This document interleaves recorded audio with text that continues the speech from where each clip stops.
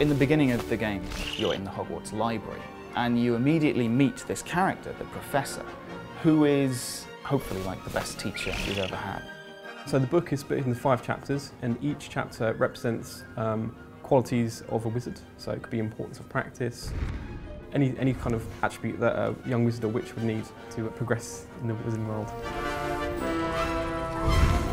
So once we had that kind of skeleton of these 5 chapters and a theme for each one, then we tied in 4 spells per chapter. So the first thing the player might do is learn the incantation for the incendio spell, for example.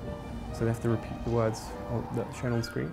And then the next stage is to perform the gesture, which is a simple shape drawn with the move controller. And then they might go into a practice environment where they fight some magical creatures with this new spell.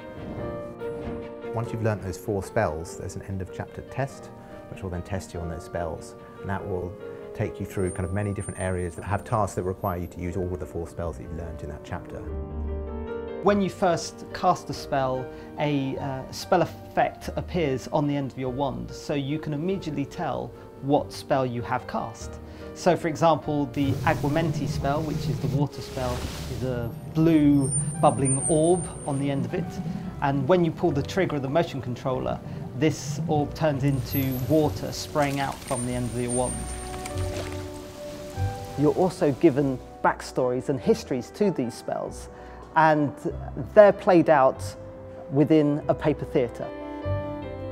I wanted something that was of the book, but was also quirky, funny, playful in itself.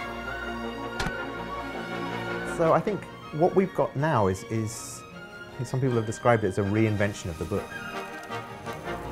It's the first time that we've put the magic wand in your hand, we've put the spell book in your hand, and you get to be the one casting all of these really iconic spells.